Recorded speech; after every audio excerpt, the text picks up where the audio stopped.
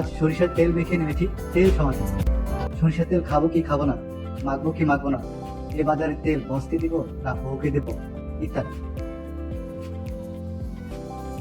আমার আগের বক্তব্য ছিল কেবল রম্য রসিকতার জন্য, তবে এবার আসছি মূল আলোচনা।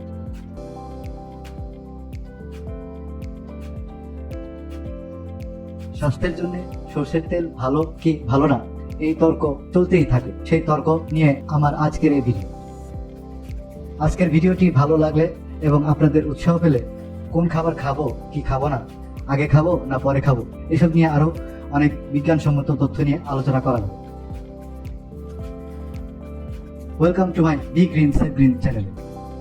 শস্য যেমন ফলন হিসেবে ব্যবহার করা হয়, তেমনি সর্ষের বাটা ব্যবহার করা হয় রান্নাতে। এছাড়া সর্ষের তেল তো আছেই। গরম ভাতে আলু সিদ্ধ সর্ষের তেল দিয়ে মেখে খেতে বেশ ভালো লাগে।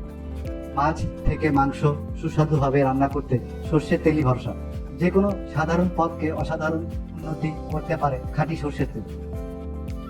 তাই তো সর্ষে ইলিশ থেকে শুরু করে পটল কোফতা পাঁঠার মাংস রাঁধার সময় আজও বাঙালি এই তেলের শরণাপন্ন হন, নইলে যে এইসব পদের মান থাকে না। যদিও স্বাস্থ্যের জন্য সাদা তেল নাকি সর্ষের তেল ভালো, এই নিয়ে তর্ক চলতেই থাকে।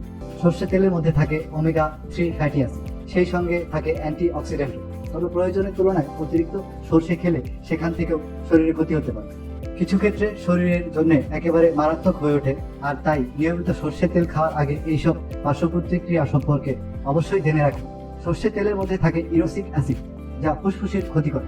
এছাড়াও সর্ষের তেল আমাদের শ্বাসযন্ত্রের উপর প্রভাব ফেলে, যে কারণে শ্বাস নিতে অসুবিধা হয়।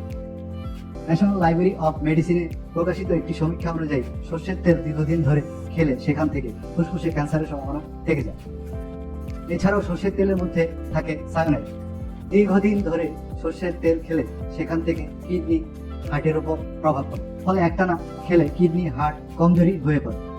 আর এই সায়ানাইডের কারণে খাবারে হজম হয় না, ফলে তখন ক্ষতিকারক টক্সিক শরীরে জমতে থাকে। এখান থেকে ড্রপসি নামের একরকম বিপজ্জনক রোগ হয়, যে কারণে 1998 সালে সর্ষের তেল দ্বিতীয় নিষিদ্ধ করা হয়েছিল। সর্ষের তেল থেকে অ্যালার্জির ঝুঁকিও অনেকটা বেড়ে যায়। সর্ষের তেলের মধ্যে থাকে হিস্টামিন। এর ফলে কাঁচা সর্ষে বা কাসুন্দি খাওয়ার ফলে সেখান থেকে ত্বকে অ্যালার্জি, ফুসকুড়ি, শ্বাসকষ্ট, মাথা ঘোরা, বমি, গলা মুখ ফুলে উঠে যাওয়া এসব হয়েই থাকে। সরিষার তেল নিয়ে কিছু গবেষণা রেফারেন্স লিঙ্ক জানতে নিচের ডেসক্রিপশন বক্সে চোখ রাখুন। এখনো অনেক বাড়িতে সর্ষের তেলে রান্না করা হয়। সর্ষের তেলে বেশি রান্না করা খাবার হার্টের জন্য একেবারেই ভালো নয়, কারণ সর্ষের তেলের মধ্যে থাকে প্রচুর পরিমাণ ইউরিক অ্যাসিড, যা হার্টের জন্য একেবারেই ভালো নয়। কারণ সেখান থেকেই মায়োকার্ডিয়াল প্যালিডোসিসের সমস্যা হতে পারে। গর্ভাবস্থাকালে সর্ষে একেবারেই খাওয়া ঠিক নয়। সর্ষের মধ্যে যে রাসায়নিক যৌগ থাকে তা গর্ভপাতের অন্যতম কারণ, তাই সর্ষের তেল এড়িয়ে চলুন। তবে বহুল ব্যবহৃত সর্ষের তেল নিয়েও কম বিতর্ক নেই। এই যেমন একদল মানুষ মনে করেন সর্ষের তেলে হার্টের জন্য ক্ষতিকর, অপরদল আবার এই যুক্তি মেনে নিতে নারাজ, বরং তাদের কাছে এই তেলই হার্টের জন্য সেরা।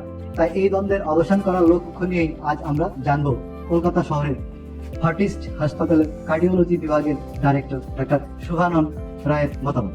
তাই ঝটপট তার মতামত থেকে জেনে নিই সর্ষের তেল হার্টের জন্য ভালো না খারাপ। এই প্রশ্নের উত্তরে শুভানন রায় বলেন, আমাদের ছাত্র অবস্থায় কলকাতার SSKM হাসপাতালে এই বিষয়টি নিয়ে একটি প্রাথমিক গবেষণা হয়েছিল। সেখানে দেখা গিয়েছিল কিছু কিছু ক্ষেত্রে হার্টের ক্ষতি করে সর্ষের তেল। তবে তারপর গঙ্গা দিয়ে অনেক জল বয়ে গিয়েছে। এই দীর্ঘ সময়ে এমন একাধিক গবেষণা সামনে এসেছে যাতে প্রমাণ হয়ে গিয়েছে যে সর্ষের তেল হার্টের জন্য তেমন একটা ক্ষতি করে না। আর শুধু গবেষণা নয়, নিজের দীর্ঘ কর্মজীবনেও আমি এই বিষয়টা লক্ষ্য করেছি। তাই সর্ষের তেল যে হার্টের ক্ষতি করে এই ভাবনা মাথা থেকে বের করে দেওয়াই হবে বুদ্ধিমানের কাজ। সর্ষের তেলে রয়েছে মনো আনস্যাচুরেটেড ফ্যাট, আর এই উপাদান কিন্তু শরীরের ভালো কোলেস্টেরল বা HDL কোলেস্টেরল লেভেল বাড়ায়, যার ফলে হার্ট থাকে সুস্থ সবল। তবে এই তেলে কিছুটা পরিমাণ স্যাচুরেটেড ফ্যাটও থাকে। তাই সর্ষের গুণাগুণ শুনে আবার রান্নায় বেশি বেশি এই তেল ব্যবহার করবেন না, বরং পরিমিত বোধ রেখে সর্ষের তেল ব্যবহার করুন, তাতেই উপকার পাবে। শুভানন রায়ের কথায় বাঙালি বহুকাল ধরেই সর্ষের তেল খেয়ে দিন কাটাচ্ছি, কিন্তু তারপরেও আজ থেকে কয়েক দশক আগেও বাঙালির শরীরে HDL বা ভালো কোলেস্টেরল ছিল 60-এর মতো। তার ফলে সেই সময় হার্টের অসুখে আক্রান্ত হওয়ার ঝুঁকি ছিল অনেকটাই কম। তবে আজকে যদি টেস্ট করা যায় তাহলে দেখা যাবে বেশিরভাগই এইচডিএল রয়েছে 40-এর আশেপাশে। আর এভাবে ভালো কোলেস্টেরল কমে যাওয়ার নেপথ্যে আমাদের অত্যাধিক ফাস্টফুড প্রীতি। তাই হার্টের অসুখের জন্য সর্ষের তেলকে দোষ না দিয়ে বাইরের খাবার খাওয়ার প্রবণতা কমাতে হবে, তাতেই উপকার মিলবে।